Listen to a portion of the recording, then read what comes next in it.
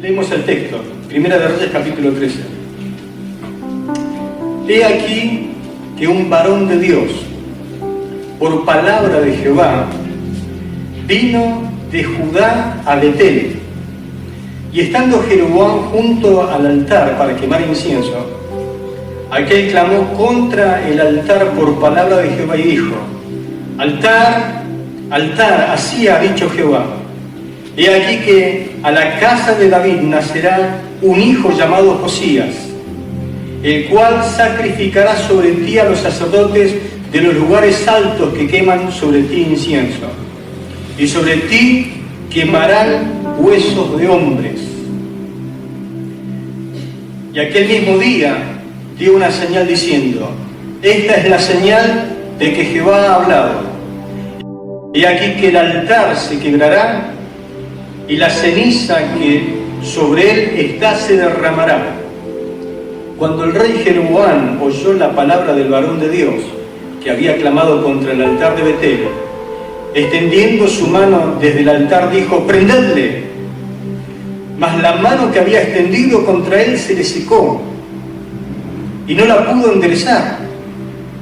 Y el altar se rompió y se derramó la ceniza del altar conforme a la señal que el varón de Dios había dado por palabra de Jehová. Entonces, respondiendo el rey, dijo al varón de Dios: te pido que ruegues ante la presencia de Jehová tu Dios y ores por mí para que mi mano me sea restaurada. Y el varón de Dios oró a Jehová, y la mano del rey se le restauró y quedó como era antes. Y el rey dijo al varón de Dios: ven conmigo a casa y comerás, y yo te daré un presente. Pero el varón de Dios dijo al rey: aunque me dieras la mitad de tu casa, no iría contigo, ni comería pan, ni bebería agua en este lugar. Porque así me está ordenado por palabra de Jehová, diciendo: no comas pan, ni bebas agua, ni regreses por el camino que fueres. Regresó pues por otro camino, y no volvió por el camino por donde había venido a Betel. Moraba entonces en Betel un viejo profeta, al cual vino su hijo y le contó todo lo que el varón de Dios había hecho aquel día en Betel. Le contaron también a su padre las palabras que había hablado el rey. Y su padre le dijo: ¿por qué camino se fue? Y sus hijos le mostraron el camino por donde había regresado el varón de Dios que había venido de Judá. Y él le dijo a sus hijos: ensilladme el asno. Y ellos le ensillaron el asno y él lo montó. Y yendo tras el varón de Dios, le halló sentado debajo de una encina, y le dijo: ¿eres tú el varón de Dios que vino de Judá? Él le dijo: yo soy. Entonces le dijo: ven conmigo a casa y come pan. Mas él respondió: no podré volver contigo, ni iré contigo, ni tampoco comeré pan, ni beberé agua contigo en este lugar.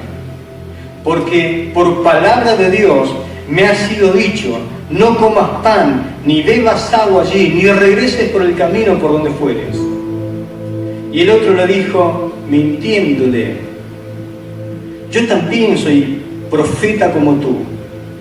Y un ángel me ha hablado por palabra de Jehová, diciendo: tráele contigo a tu casa para que coma pan y beba agua. Entonces volvió con él, y comió pan en su casa y bebió agua. Y aconteció que estando ellos en la mesa, vino palabra de Jehová al profeta que le había hecho volver, es el profeta viejo, y clamó al varón de Dios que había venido de Judá, diciendo: así dijo Jehová, por cuanto has sido rebelde al mandato de Jehová, y no guardaste el mandamiento que Jehová tu Dios te había prescrito, sino que volviste y comiste pan y bebiste agua en el lugar donde Jehová te había dicho que no comieses pan ni bebieses agua, no entrará tu cuerpo en el sepulcro de tus padres.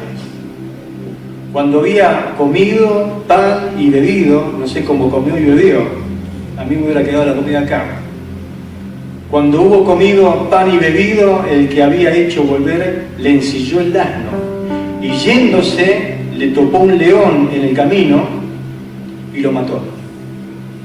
Y su cuerpo estaba echado en el camino, y el asno junto a él, y el león también junto al cuerpo.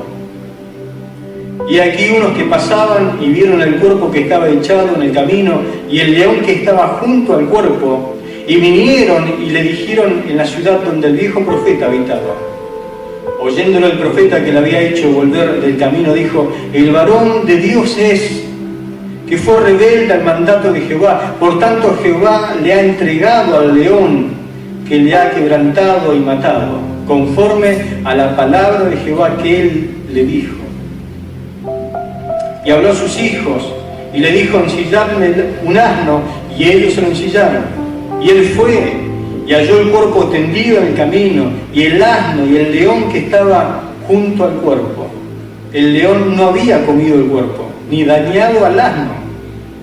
Entonces tomó el profeta el cuerpo del varón de Dios, y lo puso sobre el asno y se lo llevó. Y el profeta viejo vino a la ciudad para endecharle y enterrarle. Y puso el cuerpo en su sepulcro, y le endecharon diciendo: ¡ay, hermano mío! Y después que le hubieran enterrado, habló a sus hijos diciendo: cuando yo muera, enterradme en el sepulcro que está sepultado el varón de Dios. Poned mis huesos junto a los suyos, porque sin duda vendrá lo que él dijo a voces por palabra de Jehová contra el altar que está en Betel, y contra todas las casas de los lugares altos que están en las ciudades de Samaria. Con todo esto, no se apartó Jeroboam de su mal camino, sino que volvió a hacer sacerdotes de los lugares altos de entre el pueblo, y a quien quería lo consagraba para que fuesen los sacerdotes de los lugares altos. Y esto fue causa de pecado a la casa de Jeroboam, por lo cual fue cortada y raída de sobre la faz de la tierra. Amén. Gloria a Dios. Hay decisiones que conducen a la fatalidad. No sé si alguna vez vio un cartel que decía alto, equivalente a un semáforo en rojo, ¿no? Y a veces no apretamos el freno. Hay veces que la ruta te dice prohibido pasar porque es doble color amarillo la indicación, ¿no? Y por ahí hay gente que se larga a pasar. A veces le sale bien, y hay veces que es una fatalidad. Quien ignora las advertencias divinas camina hacia su propia perdición. Este pasaje nos enseña una historia que trasciende los tiempos, trasciende las edades, la cultura, nos enseña verdades espirituales, morales, que tienen que ver justamente con principios de la palabra. Esta triste historia, porque no sé si alguna vez leyó esta historia, yo la leía cuando era nuevo, la leí y quedé paralizado. Veo que cuando uno es nuevo, por ahí no tiene mucho conocimiento de la palabra, y queda con cada pregunta que uno queda pensando y pensando y pensando, qué cosa, ¿no? No sé qué siente usted después de leer este pasaje, pero es un pasaje profundo que nos deja enseñanzas muy valiosas. Esta historia tiene que ver con el reinado de Jeroboam en Israel.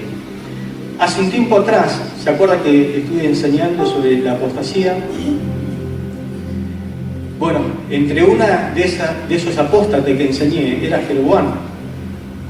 Bueno, este pasaje está incrustado ahí justamente para hablar acerca de lo que es la apostasía del rey Jeroboam. Claro, cuando miramos este pasaje vemos como la desobediencia, el engaño, la falta de discernimiento conducen hacia graves consecuencias. Son cosas que nosotros tenemos que tener ya con el tiempo de ser hijo de Dios. Venimos caminando hace tiempo. Un profeta enviado por Dios, según lo que leímos, recibe instrucciones precisas, pero en un momento es como que él duda. La influencia de un falso profeta, la falta de discernimiento provocan justamente su caída fatal. Y la historia es como que enfatiza la importancia de seguir fielmente la palabra de Jehová, la palabra del Señor. Discernir la voz del Espíritu Santo entre miles de voces que muchas veces te hablan en el día. Te hablan para desviarte, para atraerte hacia su lado. Por eso más que nunca en este tiempo tenemos que conocer y obedecer la voz del Espíritu Santo de Dios. Este pasaje nos llama a fortalecer nuestra fe en la autoridad bíblica. El pasaje nos enseña de que la Biblia es la palabra de Dios y que tenemos que obedecer sus instrucciones al detalle y mantenernos firmes en la verdad que nosotros hemos recibido. El relato nos recuerda que la fidelidad y la integridad son esenciales para evitar caer en los engaños y que Dios honra siempre a aquellos que permanecen fieles a Él. Vivir con confianza en su justicia soberana es fundamental para nuestra vida espiritual. Todas estas son enseñanzas que nos deja ver el pasaje. La fidelidad, el discernimiento, la obediencia a Dios son esenciales para que te puedas mantener firme. Evitar las consecuencias de la desobediencia y honrar a Dios frente a engaños, frente a presiones que vas a tener que lidiar con ellas. Esto no es la historia de lo que hemos leído, es tu historia esta. Esta es tu historia que constantemente se va repitiendo a lo largo de tu vida. En este capítulo extenso pero profundo, no se centra el pasaje en profetas jóvenes o profetas viejos. El pasaje habla del rey Jeroboam. ¿Por qué? Porque tenemos que basarnos en el contexto bíblico. Por eso dije, parece que está incrustado esto acá y que fuera de la historia. No. Lo que habla justamente viene trayendo el hilo de la historia del rey Jeroboam, que es un rey que persistió, fue un gran persistente en pecar. Dios tenía grandes planes con este hombre, pero una de las cosas que vemos como falla es que él persistía en hacer lo malo. Es más, cuando se lo compara a alguien que pecó, se lo compara justamente como a él, como prototipo de un pecador, de un desobediente. Qué triste ser un mal ejemplo, ¿no?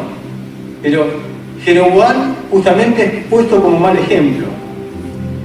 Y la intervención de este joven profeta es fundamental en esta narrativa, porque todo lo que dijo, todo lo que experimentó, incluso su muerte, fue una advertencia de Dios para con el rey Jeroboam. Es decir, que su vida es un legado de enseñanza hacia el rey Jeroboam. La palabra del Señor nos dice que, al final, donde hemos leído, que nunca Jeroboam, a pesar de lo que él experimentó con este profeta, lo que sucedió, a pesar de lo que pasó, no se volvió a Dios jamás. Y ahí hay una lección que vamos a aprender.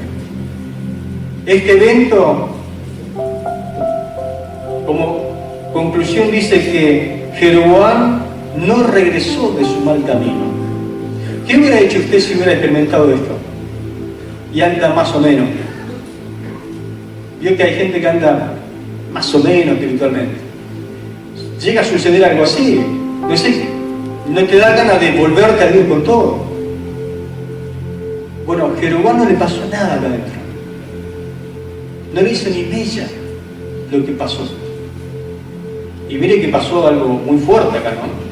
Pero lo que pasó con este joven profeta, a Jeroboam no le hizo mella en su interior.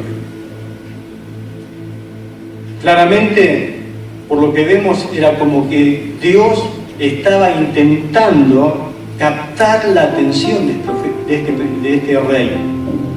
Bueno, es lo que Dios hace diariamente contigo. Es lo que te pasa a diario muchas veces y no nos damos cuenta. Así que lo primero que podemos ver es el mensaje. Versículo 1 y 2 dice la palabra que Dios le dio un mensaje a un varón de Dios que habitaba en Judá, y vino y se paró junto a un altar, y ahí estaba quemando incienso el rey Jeroboam. Este profeta anónimo, porque no tiene nombre, el cronista, el que cuenta la historia, no le puso nombre porque no es tan importante el nombre en este momento. Demostró este joven profeta que todavía quedaban fieles siervos de Dios disponibles para cumplir su voluntad. Imagínate que si Dios te da una palabra y te envía al presidente, y vas con una palabra de parte de Dios, y ahí está toda la comitiva, está el presidente tratando de adorar a un Dios falso, y vos tenés una palabra de parte de Dios para darle. Eso es lo que sucedió. Él fue al rey del norte, del imperio del norte, al rey de la parte que se dividió.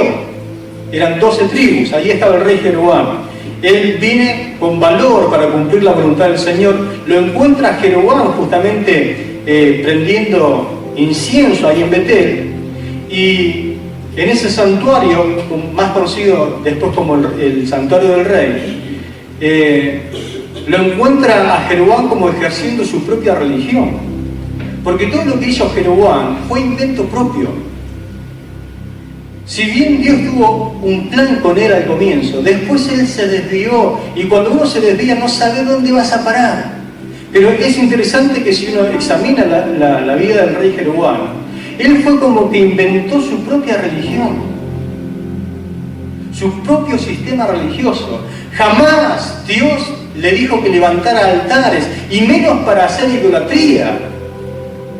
Pero a Jeroboam no le importaba nada. Él diseña su propia religión como que él se vuelve Dios de sí mismo y de todo su sistema. Eso es lo que le pasa a la persona que está lejos de Dios, que conoce de Dios, que sabe de los planes que Dios tiene para con su vida, pero no se humilla para hacer la voluntad del Señor. Él mismo se inventa su propia sistema religioso. Él mismo es Dios mismo de su propia religión. No sé si alguna vez escuchó esa expresión que dice, yo a Dios lo adoro como quiero y se me da la gana. A mí no me van a andar diciendo cómo hay que adorar a Dios. Bueno, ese es Jeroboam. Lo adoró a Dios a su manera. Pero no era la manera de Dios. Era lo que salía de su propia carnalidad. Era lo que él mismo se inventaba. Bueno, hay miles y millones de gente que dice, yo a Dios lo adoro como quiero. Yo a Dios lo adoro como se me da la gana. Resulta que la Biblia nos enseña que hay que adorarle como a Él se le da la gana, como Él estableció en su voluntad.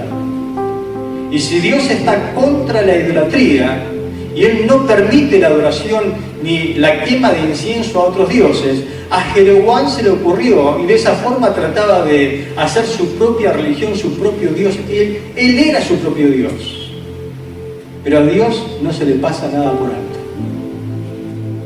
Él quería captar la atención de este rey idólatra. La Biblia nos enseña de que no nunca fue establecido de que un rey quemara incienso o sacrificara sobre altares. Eso le correspondía a los sacerdotes.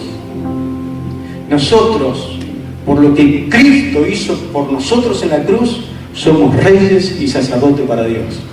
Amén. Así que usted puede ofrecer sacrificio vivo al Señor a través de todo lo que es, con todo su ser. Amén. El único rey y sacerdote en la Biblia es Cristo Jesús. Y todos los que creemos en Cristo Jesús, dice la palabra que Él nos hizo para Dios reyes y sacerdotes. Bendito sea el nombre del Señor. Amén. Este profeta anónimo pronuncia un mensaje contra el altar. El profeta dirige un mensaje al altar. Vio que dice altar, altar. Estaba Jeroboam y estaba el altar. Y él dice altar, altar. Es como que Dios le dice, no le hables a Jeroboam, porque lo que yo le hablo le entra por acá y le sale por allá. Estoy cansado ya de hablarle a Jeroboam y no me hace caso. Así que dirigí tu mensaje al altar. Porque seguramente Jeroboam no va a hacer caso del mensaje. Era como que Dios ya estaba cansado de tratar con Jeroboam. Le anuncia un mensaje futuro que sus planes ahora iban a seguir con la casa de David. Eso significa la otra parte de Israel, la parte sur, donde estaba Judá. Le dice, mira, yo tuve planes para contigo, pero ya está, ya no tengo más planes contigo. Eres un desobediente, no haces mi voluntad, haces lo que quieres, así que mis planes están con Judá, y de Judá va a salir un rey en el futuro que va a quemar y va a derribar todos los altares que vos estás levantando. Mis planes están con Judá. Y de acá, de este reinado, no va a quedar nada. 2 siglos más tarde, no quedó nada. Vino el imperio asirio y se llevó cautivos a todos, y el imperio del norte desapareció. Y la dinastía de David continuó hasta el rey Sedequías, que al final, quedaron cautivos en Babilonia. Pero este mensaje anticipaba que con 3 siglos de antelación, que iba a venir una gran reforma a nivel nacional, de que Dios iba a levantar un hombre llamado Josías. Y si usted es lector de la Biblia, en 2 de Reyes capítulo 23, allí tenemos la historia del rey Josías. Fíjese, a ver si me presta atención un poquito, lo exacto y lo fuerte y lo de Dios que tenía este profeta joven. ¿Lo usó o no lo usó Dios con una profecía tan fuerte, tan firme y tan real, que hasta el nombre del rey lo puso allí sobre el mensaje? Ese rey se va a llamar Josías. Y se cumplió, porque todo profeta justamente tiene que ser probado en el cumplimiento de la palabra del Señor. Josías profanó los altares, quemó, dice, huesos humanos sobre los altares que había levantado este rey Jeroboam, dejando que las cenizas se dispersaran. Y así se cumplió fielmente lo que Dios dijo al detalle, con mención inclusive del propio nombre del rey. Luego en el versículo 4 al 6 tenemos una serie de milagros que ocurren. Jeroboam, lejos de atender el mensaje, mostró ira, mostró su indignación y lo quiso castigar al profeta. Así que cuando el profeta anuncia que un rey profanaría ese sistema religioso que él justamente había puesto en marcha, Jeroboam extiende su mano para señalarlo, préndanlo al profeta, y se le quedó seca la mano. Un milagro. Es decir, ahí se muestra el respaldo de Dios sobre el profeta. Préndanle y no pudo ni siquiera señalarlo, se le quedó seca la mano. ¿Qué hubiera hecho usted si fuera Jeroboam? ¿Qué hubiera hecho? Bueno, le cuento lo que yo haría. Caería postrado y me arrepentiría de mis pecados. Porque Dios está tratando conmigo a través de este profeta. Quiero hacer que lo maten y resulta que se me queda dura la mano. Quiero acabar con su vida y veo que el respaldo de Dios está sobre él. Entonces me humillaría, caería de rodillas diciendo, Dios es todopoderoso, me arrepiento de todo lo que estoy haciendo y me convierto. Pero no, a pesar de la humillación notable que experimenta al endurecerse la mano, él queda impactado.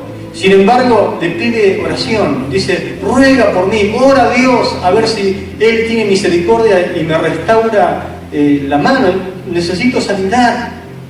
Y la Biblia dice que el profeta joven ora a Dios, invoca el nombre del Señor y la gracia de Dios se manifiesta y la mano le es restaurada sana. Por lo menos diga gloria a Dios por ese milagro. Porque cuántas veces nos gozamos y experimentamos la gloria de Dios en una sanidad. ¿Qué hubiera dicho usted si fuera Jeroboam al experimentar la sanidad divina? ¿Se hubiera convertido a Dios de verdad? ¿Se hubiera humillado nuevamente y hubiera dicho, Jehová es Dios? Me vuelvo, me arrepiento de mi mal camino. No, Jeroboam dijo, che, te invito a comer. Vamos a casa y celebremos esta manifestación del gran poder de Dios. Vayamos a casa e inclusive te voy a hacer un gran regalo.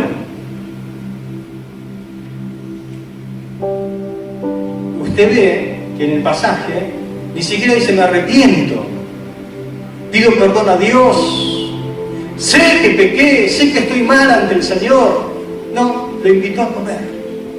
¿Para qué lo invita a comer? ¿Para qué le invita a pasar un tiempo con Él en comunión? ¿Por qué ofrece una comida como agasajo para pasar tiempo con Él? Con el que le trae una palabra de Dios, con el que vio que Dios lo usó de una forma poderosa. Porque hay gente que te ve, que Dios te usa. Hay gente que te conoce, que tenés pasión por Dios y que tenés valor para enfrentar el pecado y que Dios manifiesta gracia sobre tu vida. Y hay personas que se toman el trabajito de invitarte para pasar tiempo juntos. ¿Para qué Jeroboam quiere invitar a pasar tiempo comiendo con él?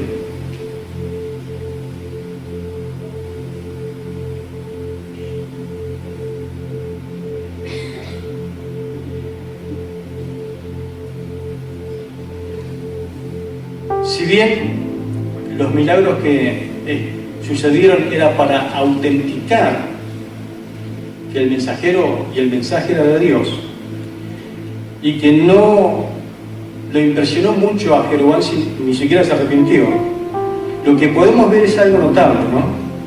Porque para aprender algo, los milagros no te convierten. ¿Jeroboam se convirtió? No. Autenticaron al profeta joven.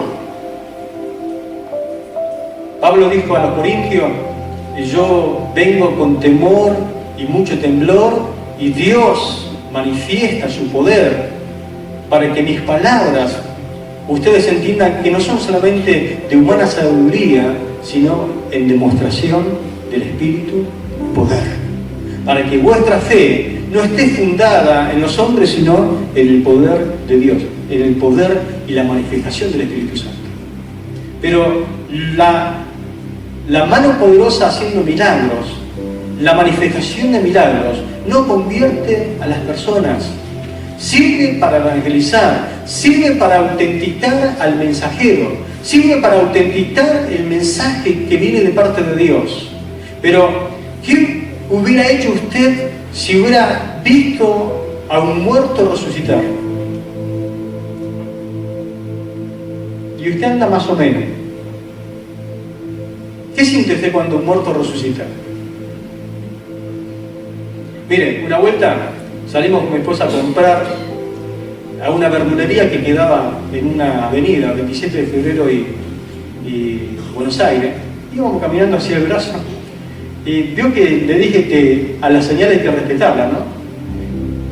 Dio verde y salieron como un tropel los autos que estaban ahí parados, y por Buenos Aires vienen pasando una bicicleta.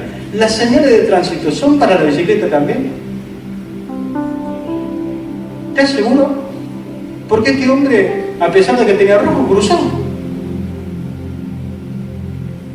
¿Y qué le puede pasar a una persona que cruza en rojo y que larga el verde con todos los autos?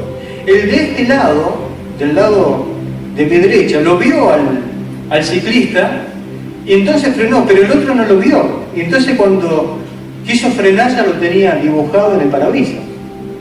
Nunca vi algo así, pero el parabrisas fue para adentro y lo empujó y lo tiró como 20 metros para adelante.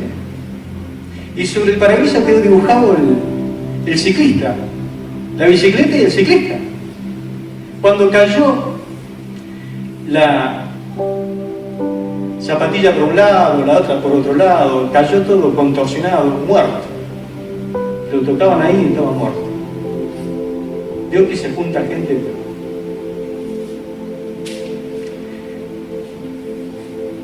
Mi esposa dice, vamos a orarle. No, órale vos, le digo.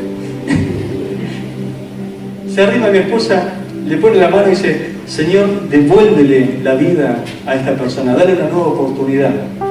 Y el muerto vivió. Y se levantó. No, dice, no se levanta, no se levanta. Se levantó sano. ¿Usted cree que la gente se convirtió?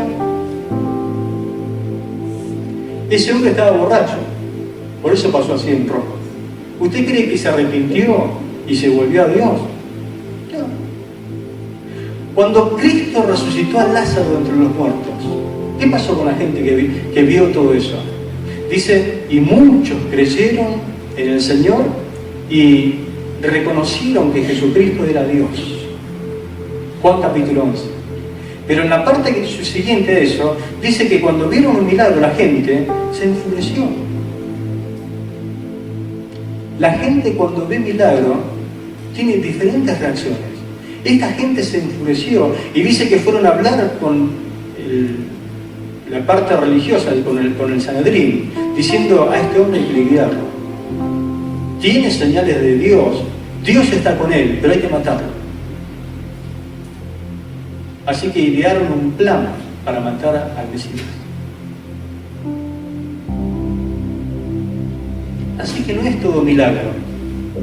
Usted quiere orar por milagro. ¿Sabe por qué Dios no te da milagro? Porque a veces no te hace falta el milagro. Te hace falta reconocer que sos pecador, que tenés que arrepentirte y convertirte al Señor. Amén. Ya que sos creyente, sos hijo de Dios. Jeroboam era creyente. Él fue usado por Dios en un momento, pero después hizo lo que quiso. Y después, del versículo 7 al 10, tenemos esa gran tentación, porque Jeroboam astuto trata de persuadirlo para que comiera con él, lo invita al palacio, y es lo que muchas veces Satanás hace también contigo. Cuando Satanás se presenta como un león para devorarte, y no puede hacerlo, entonces usa otra estrategia. Aparece como una serpiente que engaña. Y como no puede hacerte frente porque vos lo reconoces, entonces él usa astucia, sus estratagemas para engañarte. Ese agárranlo, préndanlo, se convirtió, che, vamos a casa, pasemos un tiempo en comunión. ¿Cómo cambia la persona, no? mátenlo. No, vamos a comer.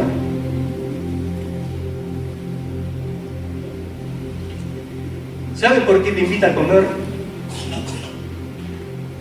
Porque Dios le dio serias instrucciones acerca del tema de comida, ¿no? Dios que le dijo, no coma pan ni beba agua. Porque el hecho de pasar tiempo juntos, comiendo, disfrutando un tiempo en comunión, te compromete con la otra persona.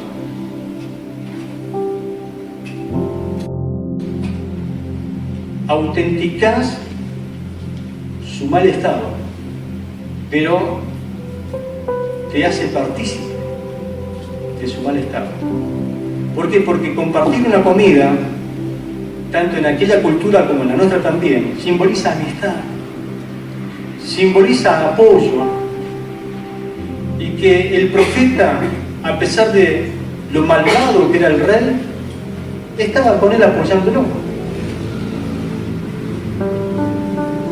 Por eso es que siempre vas a recibir invitaciones,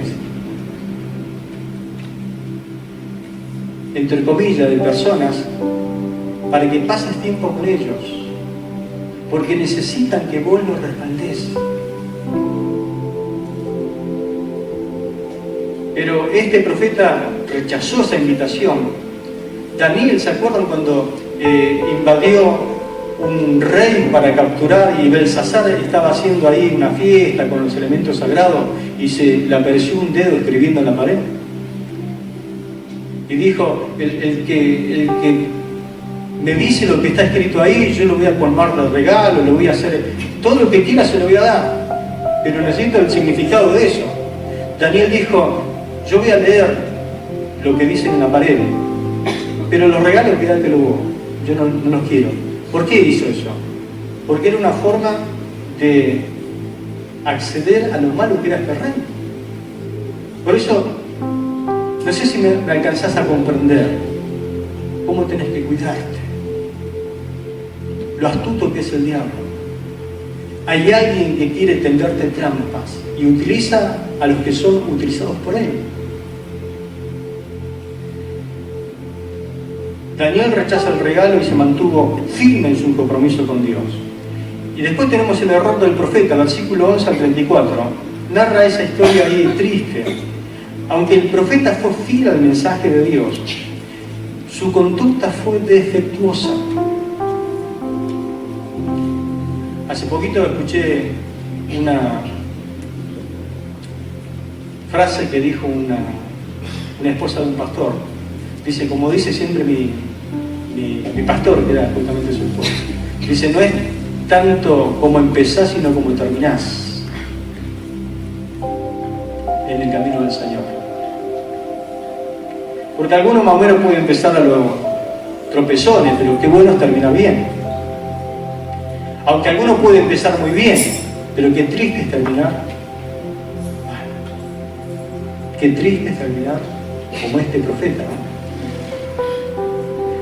La historia presenta algunos elementos desconcertantes.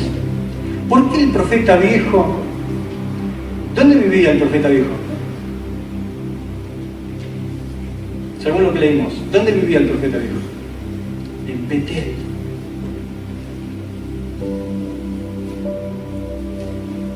¿Dónde tenía el altar Jeroboam? Betel. Y ahora aparece en escena. Recién ahora te acordás de que sos profeta. La conducta del profeta viejo deja mucho que desear.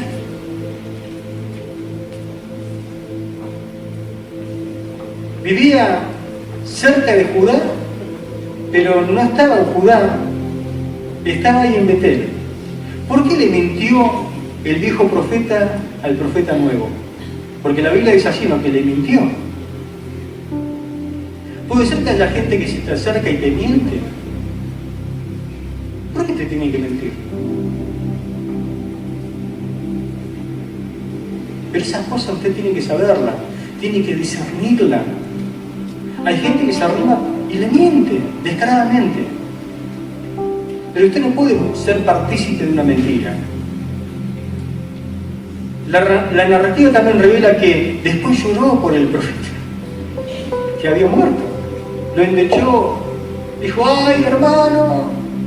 Lloraba. ¿Qué te pasó? Enterró el cuerpo. En medio, como que es un profeta viejo. ¿Por qué dice viejo? Porque ya no sirve para nada, ni para profeta. Ya estaba desechado. Pero después como que se pone las pilas, ¿no? Lo entierra, dice, pues entiérrenme con él. Cuando me muera, entiérrenme con él, porque yo sé que todo lo que él profetizó y Dios lo dijo a grandes voces se cumplirá. ¿Quién lo entiende esto?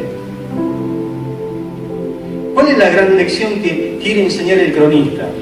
Que si Dios disciplina a un profeta por desobedecerle, ¿cuánto más no va a disciplinar a un rey que peca a sabiendas? Por eso está este pasaje acá. La lección era para Jeroboam. La desobediencia trae grandes consecuencias, llámese como se llama. El que desobedece va a sufrir graves consecuencias. Y los profetas también aún están ahí para ser disciplinados si también fallan. El viejo profeta mostró una conducta cuestionable. En lugar de ayudarle a este profeta joven, le mintió, lo tentó a desobedecer. ¿Qué motivaba la mentira de este hombre viejo? Quizás miedo a perder privilegios, quizás crear problemas ahí en Betel. El hecho de llorar al profeta joven y enterrarlo parece ser como que ayudó a ser la causa de la muerte.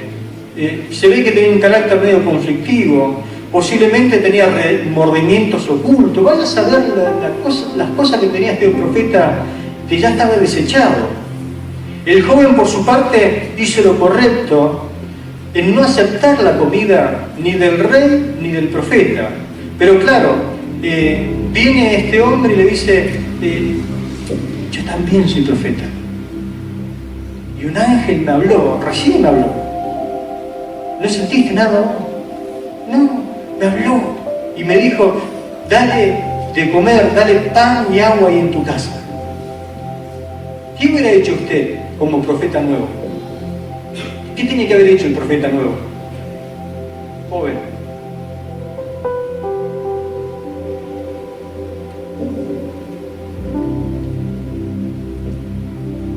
En primer lugar, cuestionarla. ¿Cómo Dios cambia cada rato de dirección? Respuesta, no. Dios no te dice una cosa ahora y mañana te cambia la 8. ¿Se entendió, no? Lo que Dios te dijo, te lo dijo. Ahora no tiene que venir otro a decirte, mira, la voluntad de Dios para tu vida es esta ahora. Pero a mí me habló esto, no, pero a mí me habló esto para vos.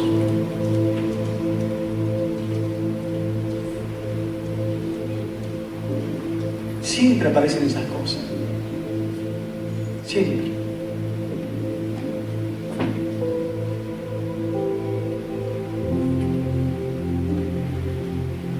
En un campamento siempre pasaban unas cosas medio raras. Venía un profeta en el nombre del Señor hablándote, Dios me dice que te cases con esta sierva que he preparado para ti. Y el otro estaba ahí.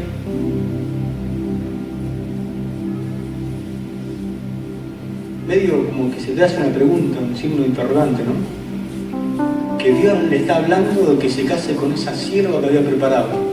Entonces se le acerca y dice, che, ¿qué hago con mi esposa? Era casado el muchacho. Hay gente que quiere decirte cuál es la voluntad de... gracias a Dios que tuve buenos pastores en algún momento y me enseñaron algo. Si Dios no te lo habla primero, no lo recibas después. Si Dios tiene que decirte algo, me decían así, Ariel, si Dios tiene que decirte algo, Dios no tiene ningún problema en hablártelo personalmente. ¿Por qué tiene que usar a otro para hablarte cuál es su voluntad? Si hay algo que puede suceder es que te confirme lo que Él te habló. Y eso es bíblico. ¿Por qué? Hechos capítulo 13. Se manifiesta la presencia de Dios hablando a través del ministerio reunido ahí. Y lo que dice es una palabra de ciencia y sabiduría. Dice, apartadme, ahí está la palabra de sabiduría, apártenme a Saulo y a Bernabé para la obra que yo los he llamado. Es decir que dice, ayunen, oren, impongan las manos a Pablo y a Bernabé, porque yo me revelé a ellos de una forma sobrenatural y quiero que lo aparten porque ellos van a salir a la obra. Pero el Espíritu Santo ahí muestra que se les reveló antes a ellos personalmente. Es decir que lo que Dios hace es primeramente revelarte su voluntad y después la confirma a través del don de palabra de ciencia y sabiduría, nunca a través de una profecía. La profecía no es para dirección. La palabra de ciencia y sabiduría es para dirección. Y lo que falló este muchacho fue en el discernimiento.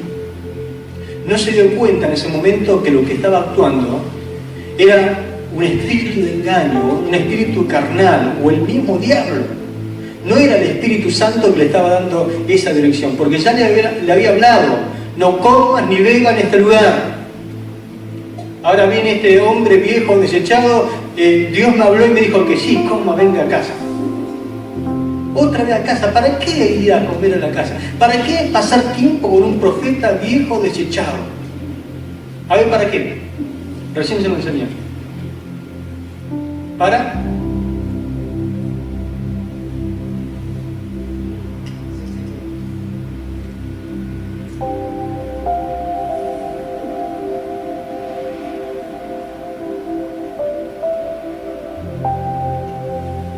¿Por qué te tienen que invitar a pasar tiempo? ¿Por qué?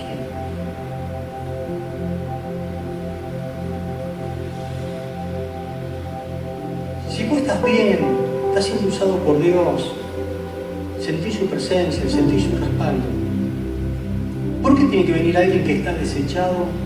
Alguien que no está bien con Dios, alguien que no tiene las cosas claras porque desobedece tras desobediencia tras desobediencia, y Dios se cansa y lo único que quiere Dios es impactarlo un poco para que se despabile y se arrepienta. No, vení, comamos, pasamos un tiempo juntos. ¿Por qué eso? ¿Será que aprenderá la lección en esta noche? ¿Por qué tiene que pasar eso? Este hombre aceptó la mentira sin consultar a Dios y fue un trágico error.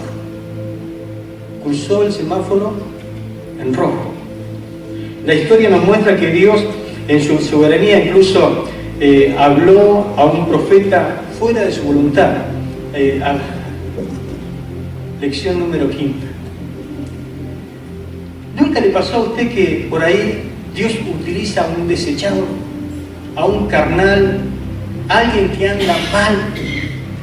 Y usted se pregunta, ¿cómo puede ser que aquel pastor, cómo puede ser que aquel siervo de Dios, aquel caradura, Dios lo usa? ¿Le pasa o no le pasa? ¿Nunca se hace esa pregunta? ¿Cómo puede ser que...? Y medio que hasta se quiere romper la ropa. ¿Cómo puede ser? Y acá tenemos un caso. Dios le dio una palabra a un profeta viejo desechado.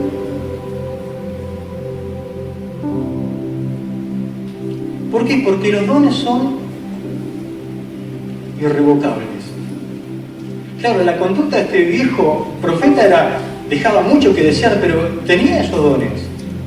Y recibe una palabra y le dice, con que vos desobedeciste a Dios, Dios te va a liquidar. No, ni siquiera vas a poder ser enterrado con tu familia. Desobedeciste, obedeciéndome a mí. Qué terrible, ¿no? Al final el joven muere por un león. Otro milagro. ¿Cuál es el milagro? Que no lo comió. Lo mató pero lo dejó ahí. Tampoco se comió el burro. Estaba ahí al lado del burro, el león y el muchacho muerto, el cadáver. Si usted fuera león, ¿qué hace con un cadáver? Se lo come. y después que se lo comió, se come el burro. No, ahí estaba el león, como obedeciendo un mandato. No, matalo, pero ni siquiera destruya su hueso, así dejarlo íntegro ahí, pero matalo. Un milagro.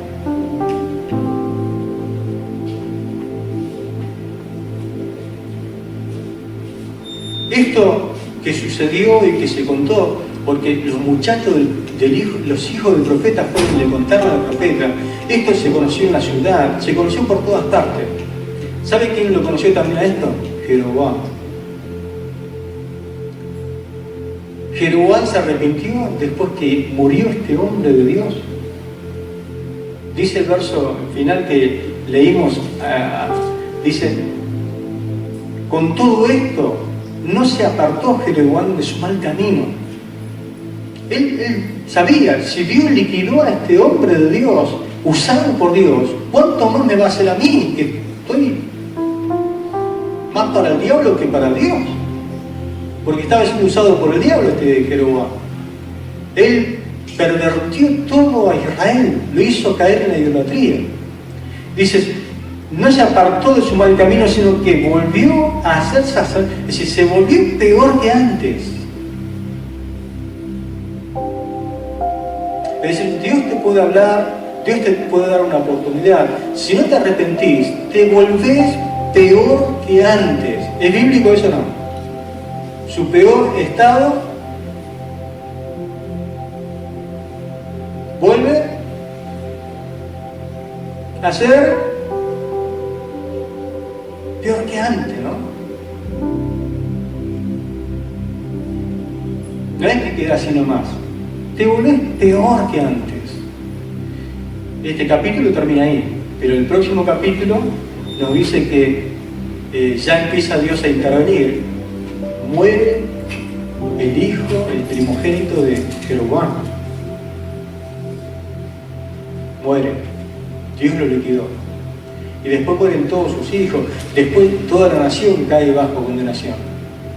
Pero, ¿sabe qué hizo cuando se enfermó el hijo?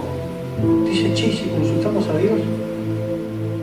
Yo me acuerdo que el que me dio la palabra profética a mí, un gran profeta, vive en un lugar, pero me da vergüenza ir a... Ando mal, estoy re mal. Y le dijo a la señora, vestite de cualquier otra cosa, pero que nadie sepa que soy mi esposa y andá y consultá a ver si el hijo va a vivir o no.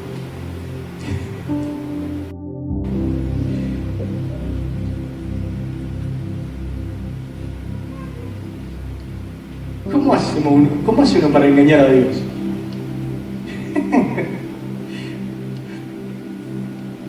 Cuando iba pisando ese lugar, ya Dios le había hablado al profeta. Le dice, mira, va a venir la esposa, porque eso sucede, la esposa de Jeroboam, como queriéndote engañar, mira, decirle esto. No sé para qué pisó ese lugar. Cuando ella vuelve a la casa, pisa el lugar de la casa, se muere el hijo. Pero Jeroboam es terrible ese hombre. Ahora, ¿saben cuántos Jeroboam hay en esta ciudad?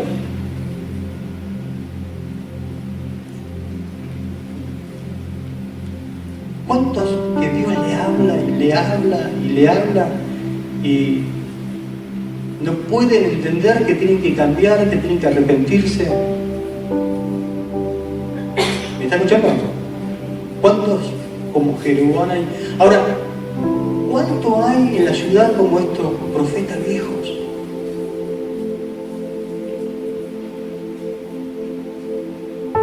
Que están desechados. Que lo único que quieren ver es tu caída. Tu caída. Y tu muerte. Porque no pueden soportar de que Dios te use, que vos estés bien. Por eso este pasaje es una advertencia, ¿no? Esto nos enseña que la desobediencia, inclusive de los llamados, tiene consecuencias severas. Nos advierte contra la tentación de aceptar consejos sin discernimiento. Hay gente como este profeta viejo que se cansan de aconsejarte. ¿Qué tienen que aconsejarte? ¿Qué tienen que decir? ¿Por qué tenés que prestarles oído?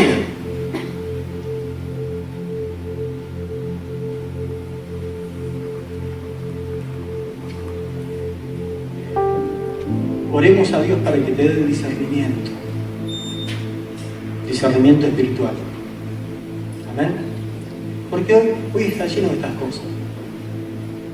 Profetas viejos que no sirven ya para nada. ¿Por qué tenés que congregarte siempre? ¿Por qué tenés que ir el miércoles al culto de oración? ¿Por qué el sábado? ¿A quién se le ocurre ir al sábado?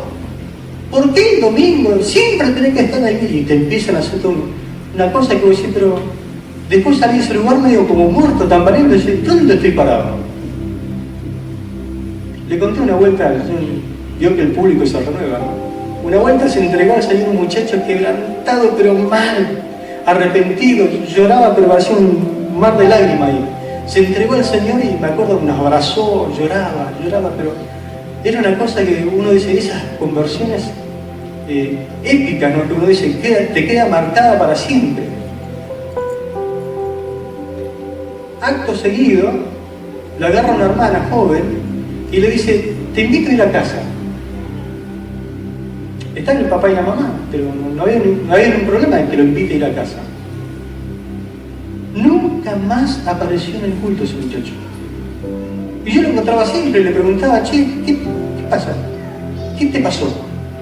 No, está bien. ¿Qué te dijeron? ¿Alguien te dijo algo? ¿Alguien te hizo nada? No, está bien. Pastor, con usted está todo bien, pero yo no voy más al culto.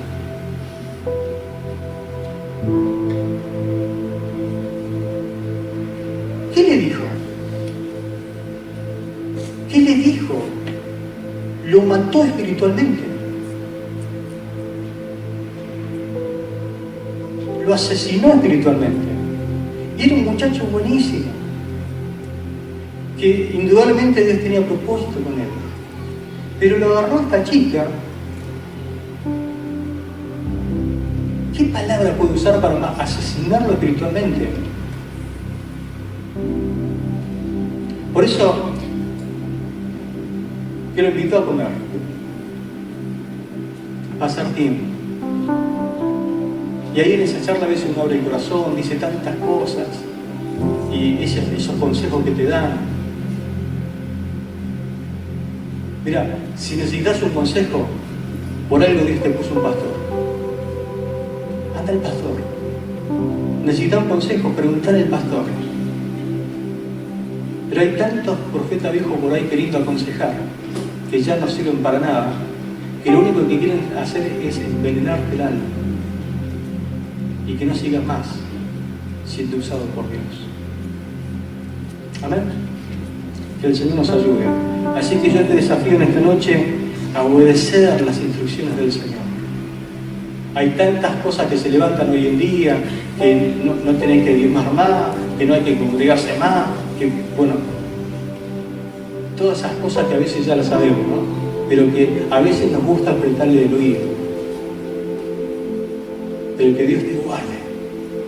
Dios te guarde, mi hermano. ¿Amén? ¿Qué les parece si oramos al Señor?